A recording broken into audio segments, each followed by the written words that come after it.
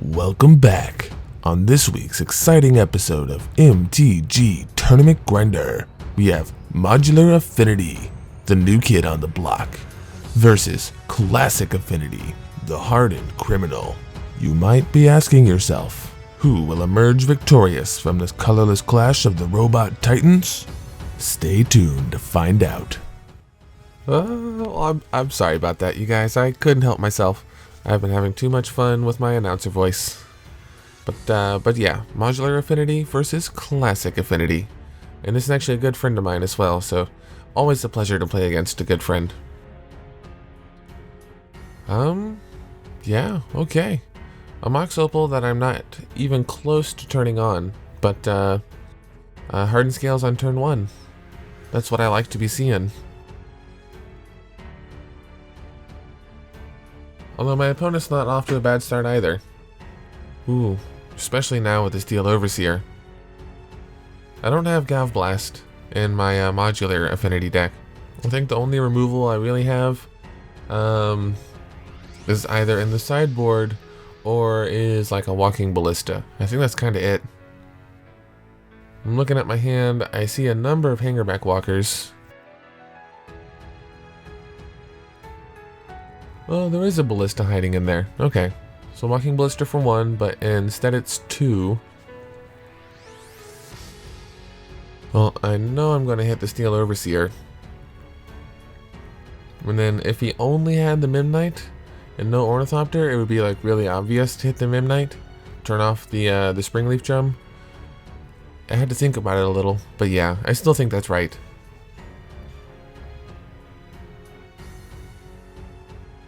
Just do my best to keep him off of whatever I can.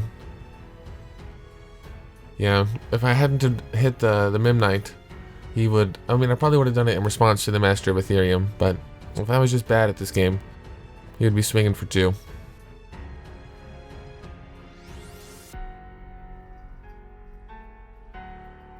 So at least I'm not missing my land drops.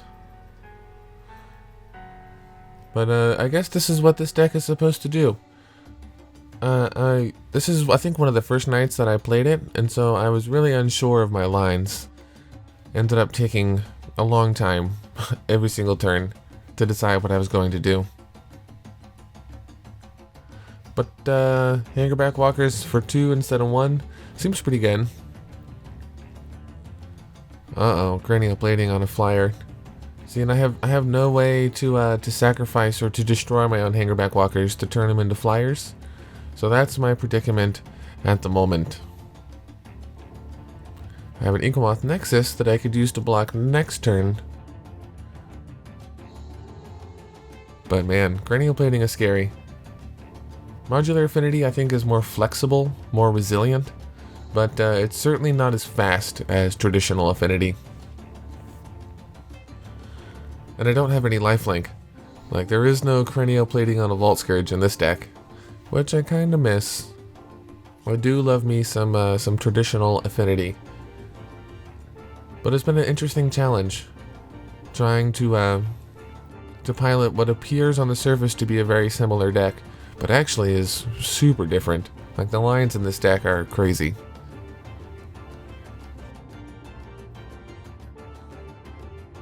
And is that the other Hangerback Walker in my hand? I thought I saw 3 of them earlier. It's kinda ridiculous. And it looks like I've left up just enough mana to both like activate the Inkmoth Nexus and block with it. Like, I have the Mox Opal and the Inkmoth Nexus. So hopefully my opponent doesn't draw a second black source, which would enable him to move the cranial plating around at instant speed.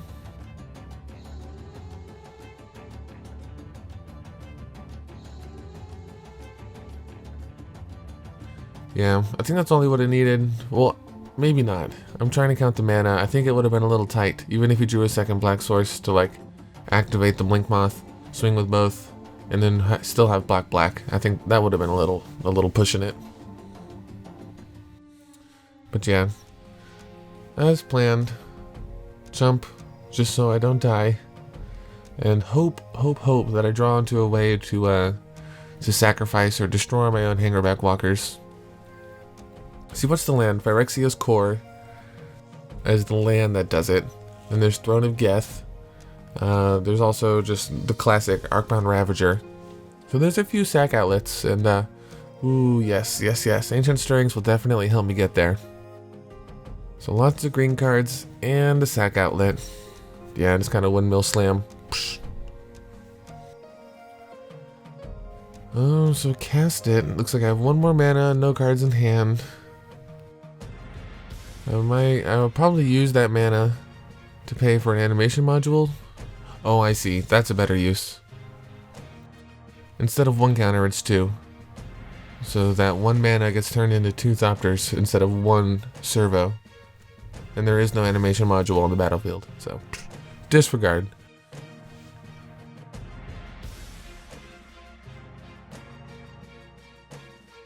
So I'm thinking about my attacks here. I can remember recording this. It immediately felt like a mistake not to swing with the Arcbound Worker. Because if he blocks it, it's like, I have Hardened Scales on the battlefield, so I'll just sack it to Arcbound Ravager and get like hella counters out of the deal. Or it just would have been another 2 damage I got through. You know, in fact, I think I had lethal. So I needed to do 12 more damage. Yeah, it's there on the board. With the Hangerback Walker on 4. Sack the Hangerback Walker, Arcbound goes up to 4. And then sack each of the tokens, 4 of them, it goes up 2 for each one. Yeah, I could have got 12 counters just out of the Arcbound and the Hangerback Walker on 4. Oh well, I was definitely new on this deck. I've learned a lot since then. In this case, what I learned is that if you have Hardened Scales on the battlefield and an Arcbound Ravager, you can sack your way into lethal pretty easily. And god, Hangerback Walkers work so well for that. Sack it, sack the Walker itself, and then all of its tokens. It's like, woof, value. So my opponent there is doing all the math and checking it twice. Looks like 1, 2, 3, 4, 5, 6, 7 artifacts on a 1/1, or a 1/3. I mean, that's 8. And if he activates the Blinkfont Nexus, that's exactly 9, 10. 1, 2, 3, 4, 5, 6, 7 on a 1, 3, 8, 9, 10. Yeah. So I think he's counting out lethal, thinking I might have a chance here. But the Thopters, the Hangerback Walker doesn't make servos, it makes Thopters that have flying. So that's going to be my saving grace here. I have a lot of Thopters at my disposal.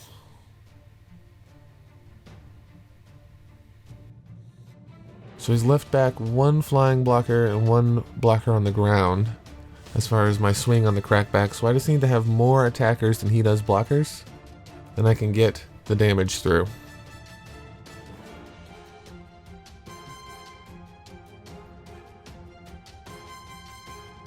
So I only get 1 counter, but instead it's 2. So the Arcbound goes to 4. And that dice on 4 represents my 4 flyers. So after a good long think, it looks like block, block, chump. So that I trade with the Blink Moth and just take no damage. So now I have 1, 2, 3, 4. So I have more attackers than he does blockers. I might still like not realize exactly how much lethal I have.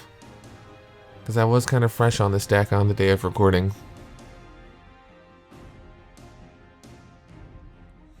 Just whichever one's unblocked is going to get the dump load of counters on it. Because the Ravager already has 4. Sack the Mox to get 6. Sack the Darksteel that gets 8. And then sack 1 of the blocked creatures. There's 10 counters right there. And all my unblocked creatures are already at least 1/1s or 2/2s, so yeah.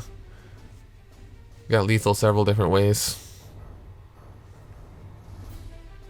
Not to mention that you can sack the Thopters that the Hangerback Walker makes. It's like the 3rd time I've had that realization, but each time it's so good. I guess I just played traditional Affinity for so long that that all these new lines and whatnot is really stimulating. Also, beating like normal Affinity kind of breaks my heart. I love that deck still. That's how I fell in love with Modern. But we'll have to see what happens in Game 2. Hopefully there's a Game 3. Because I like watching Affinity do Affinity things. Both versions of the deck. Ooh, so that was actually a really close Game 1. I just barely drew a sack outlet in the nick of time so that I could sack a Hangerback Walker to make some flyers to block with. But as far as the sideboarding goes, my opponent brought in 2 copies of Natural State, which reads, destroy target artifact or enchantment with converted mana cost 3 or less. I think that hits just about every artifact in my deck and sideboard. I don't have anything with a CMC of greater than 3. So that's definitely worth bringing in. Also, 2 copies of Gyarapur Aether Grid. Now, in the traditional versus traditional Affinity, like the mirror match, Gyarapur Aether Grid is an absolute house. It kills pretty much every card in the deck except Ornithopter. Before Steel Overseer gets on the board anyways. Steel Overseer or Master of Ethereum. It's not quite as good against a Modular Affinity as it is against Classic Affinity, but it's still quite good. Unless I have a copy of Hardened Scales, it'll hit my Steel Overseers, my Arcbound Worker, probably my Hangerback Walkers, definitely the Servos and Thopter tokens, so it's almost as detrimental against me as it is against traditional Affinity. As for myself, I brought in 4 copies of Nature's Claim, kind of the alternative to Natural State, but it's 1 green for an instant that says, destroy target artifact or enchantment, and its controller gains 4 life. So it doesn't have the restriction, but gains your opponent 4 life. So it's kind of a give or take thing, but I'm definitely bringing it in so I can hope to kill his Cranial Plating, his Master of Ethereum, his Steel Overseer before he can tap it, before he can activate its ability. Of course, there's lots of good targets against Affinity. To make room for the Nature's Claims, I took out 2 Throne of Geths, and I'll admit, I'm kind of new on this deck and I take out these cards a lot, but I was missing a sack outlet in a lot of my games, so I don't think I should take it out as often as I do. Its ability to let me sack Hangerback Walkers is pretty relevant. My 1 copy of Evolutionary Leap I took out. I only run 1 copy of this card. I've actually never drawn it, and I've yet to see how good this card can be. So I take it out a lot, kind of because I feel uninformed about just how good it can be. And then I took out 1 copy of Horizon Canopy. This is also debatable. I'm not really sure what my plan is here, but against Affinity, which is such a fast deck, I don't want to be taking any damage from my mana, and I didn't want to take out any sweet win cons. So out came the Canopy. And I think that about wraps it up for the sideboarding. So let's go ahead and jump back into Game 2 and see if there's going to be a Game 3. Well, alrighty, here we are back in Game 2. I'm probably feeling good off my win, but I am not out of the woods yet. I still have to beat a really good deck another time. I think I just got kind of fortunate with my particular draw last time. And, whoa, it looks like my opponent is off to a good start. Yowzes, double Signal Pest. So 1 Signal Pest makes the Affinity board pretty scary. 2 can be absurd. Looks kind of similar to last time. Got my Hardened Scales and my Mox that I'm not even close to turning on. So go ahead and swing for 2, first things first. No blockers, obviously. I'll be at 18. What does he follow it up with? This is what's really gonna... Oh gosh, so Steel Overseer. And a Ravager. Wait, okay. Now that adds up. I was just thinking, hold on a second. It's alright. It's not like it's a GP or anything. Your sequencing can be a little loose when you play against me. I'll let it slide. Well, shit, man, that's a lot of pressure. I need to kill the Steel Overseer like now. If he puts counters on those Signal Pests, it's really not going to be good. Well, now what am I doing? Now I'm doing something weird. First it was my opponent, and now, yeah, I didn't have Metalcraft, so. In lieu of destroying your opponent's Steel Overseer, playing one of your own is not a bad like alternative to destroying your opponent's. But his board like makes it, his Steel Overseer means a lot right now because of what it's gonna put counters on. I'm over here just wallowing in misery. neglecting to pass the turn for far too long. So did he draw? Oh my gosh. Another signal best. I was just about to ask, did he draw a creature? Did he draw something that could catch a counter from the Steel Overseer? He sure did. So combat this turn, and I'm not going to block with my Steel Overseer.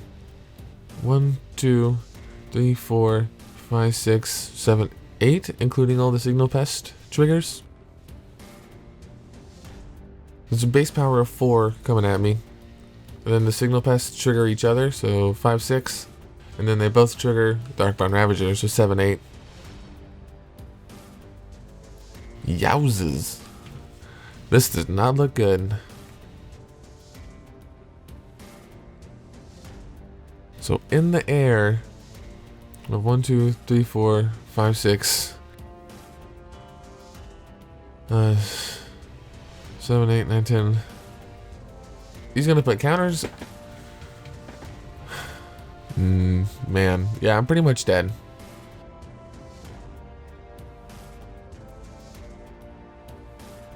Oh, okay. Well, I guess I'm not. I've avoided certain death, I suppose. But the Arcbound Ravager on the field, and I have no way to make flying blockers. Certainly not 3 of them. My only hope is that my opponent doesn't see that he's got the win. But I'll be honest, this guy, my good friend David, he has as much experience with Affinity as I do, if not more. So the odds of him not seeing the line here is pretty slim. And the line is essentially swing with all the flyers. Oh geez, that's good. Swing with all the flyers. And then sack things to Ravager. Just to make it absolutely lethal. There's already 1, 2, 3, 4, 5, 6, 7, 8, 9. Yeah, he just needs to add 1 counter to the flyers. Yeah, and then I'm for sure dead. But this is an interesting matchup. I think if the game goes long, for whatever reason, that Modular Affinity probably has an edge. But I certainly am not as fast as Affinity. And if he has a double Signal Pest into Steel Overseer opener, I don't know how I can handle that. Unless I've drawn my sideboard cards. And I'm able to use them. But yeah, sure enough, that's that for game 2. So it looks like there is going to be a game 3. And we'll have to see how that goes.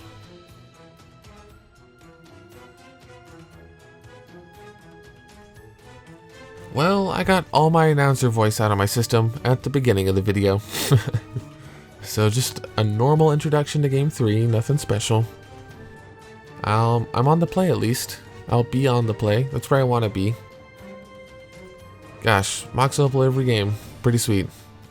No hardened scales this time. Instead, an animation module. I mean, it's not the namesake of the deck, but I think some of the coolest interactions of the deck involve animation module.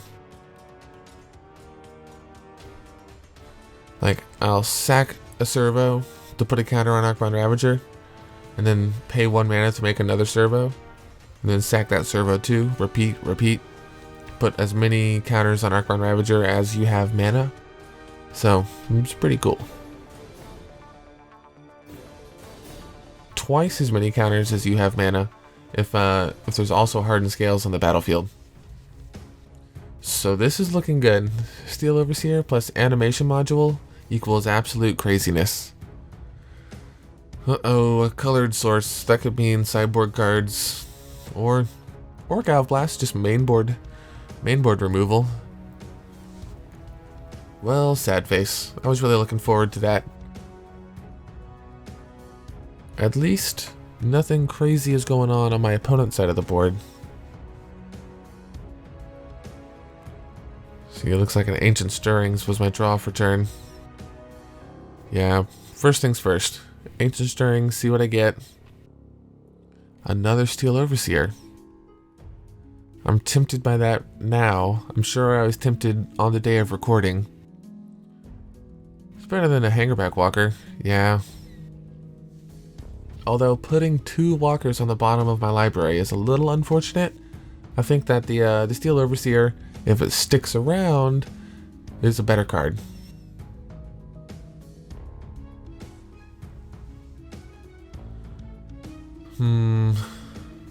Swing for 1. Yeah, no blocks, of course. Trade a Midnight for a Steel Overseer? Pfft, crazy. Nice. Vault Scourge. 18 all, because the Phyrexian Black, which he could have paid for, but he didn't. Oh, that's why. Natural State. Wah, wah, wah. Darn, that's so frustrating. 2 Steel Overseers. 2 entire turns of investment. And he's managed to keep up with my investments, like by destroying them, and develop the board a little bit of his own. Yeah, by playing the Vault Scourge, I mean. Now, he could already have a Cranial Plating in hand, and just need to top deck a land, and really, like, mess me up pretty good. Or he could have the land and need to top deck the Cranial Plating, but it's definitely getting real. Make my first servo. At least I'm starting to do things of my own. I probably should have played Hangerback Walkers before playing the Steel Overseers. Try and draw out that removal. But I don't think he would have used removal. No Steel Overseer on my opponent's side of the board.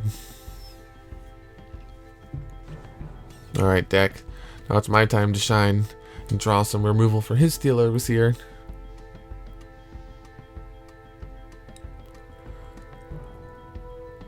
Nice. I did draw it. Or had it already. One of the two. But darn, I've gained him quite a bit of life. Seeing him at 23 is a little disheartening. Okay, I'm not swinging with the walker, I'm just putting a counter on him from his own ability.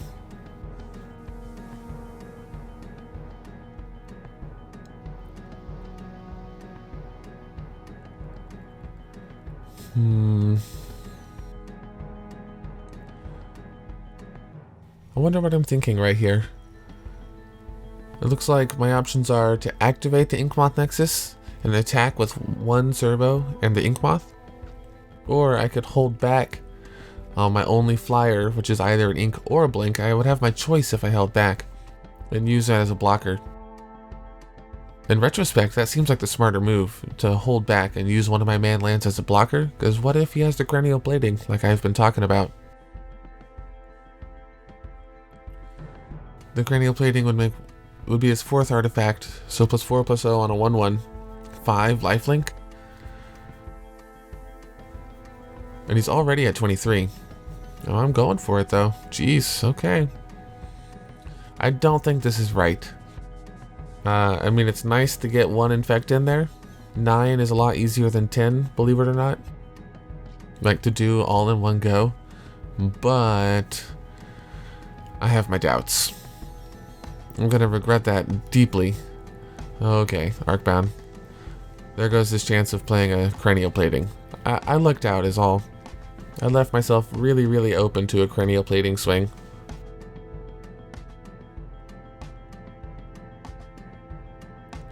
Reckless MTG playing.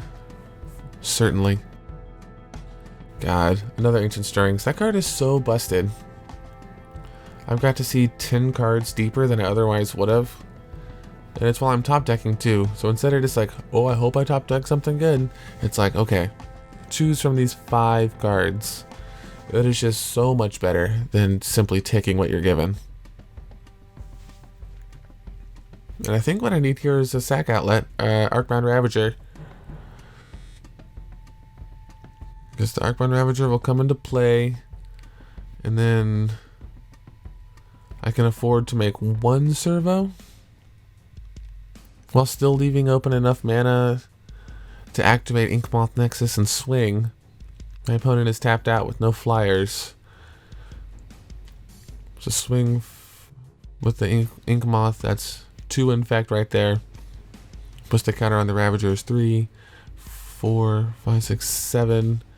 That's counting all the tokens from the Hangerback Walker. Yeah, I think that's plenty. Jeez, man. Ancient Stirrings. I feel like I went from being on the back foot to winning, kind of all in one go, and that's just dirty. I mean, honestly, for a 1-mana sorcery to turn the game around like that, like, I can see why people are calling for it to be banned. I was one of those people, but now I play the card, so now I'm like, no, please don't ban it, don't ban it. Yeah, so I'm just sacking everything to the Ink Moth, and my opponent sees the line. Well, man, GG's. That was a lot of fun. As far as this matchup is concerned, the Affinity player needs early removal plus a really fast start in general. And he can totally get there if that's the case. But if the game goes long for whatever reason, Modular Affinity is so much more flexible and resilient that I think victory is almost inevitable, again, in the long game. But thank you guys for watching, and as usual, if you enjoy content like this, you can let me know in the comments below, or most importantly, you can let me know by subscribing. So thank you guys in advance for hitting that subscribe button, and until next time, I'll see you later.